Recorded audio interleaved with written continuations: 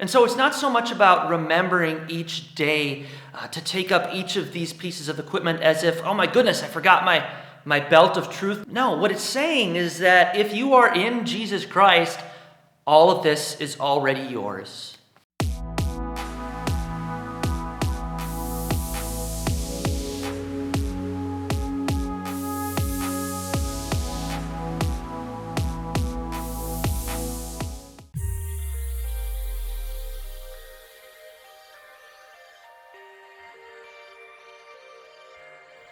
Ephesians 6:10 calls us to put on the full armor of God so that you may be able to stand strong against the schemes of the devil.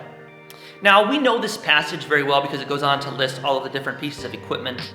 For example, there's the breastplate of righteousness, there's the sword of the Spirit, which is the word of God, there's the belt of truth, there's the shield of faith. And a lot of times what we do is we kind of co-opt this image and use it to justify a sort of battlefield mentality, as if it is our job as Christians, as believers, to go back into the world and kind of reclaim enemy territory, reclaim what the culture has stolen from us, right? But the interesting thing about all of these weapons is, as a whole, they are primarily defensive rather than offensive. There's no bow and arrow, there's no spear, which would have been common weapons to use if you're going to charge the battlefield and try to defeat an enemy. So our posture is to be more defensive rather than offensive and to stand our ground. And who are we standing against here? Who is the enemy? Well, the Apostle Paul makes that abundantly clear as well. He says, your enemy is the devil. It's not those people over there. It's not that group. It's not that political party. None of those things. The devil, the real war is being waged on a spiritual plane. That is, Satan is ultimately your enemy. And what is the only name under heaven given to mankind by which we may be saved, by which we may ward off these attacks of the devil? Well, it's Jesus Christ. When we put on that belt of truth, who is the way, the truth, and the life?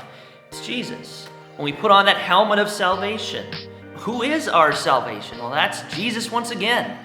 We put on the breastplate of righteousness. Who is it that is clothed in the righteousness of Christ? That is us as believers, right?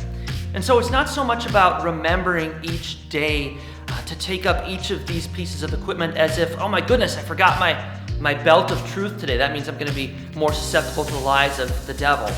No, what it's saying is that if you are in Jesus Christ, all of this is already yours.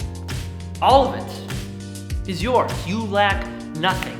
You lack no good thing because Jesus Christ is your everything. He is enough. An early church father by the name of Jerome said it this way. He said, it is one and the same thing to say, put on the full armor of God and put on Jesus Christ.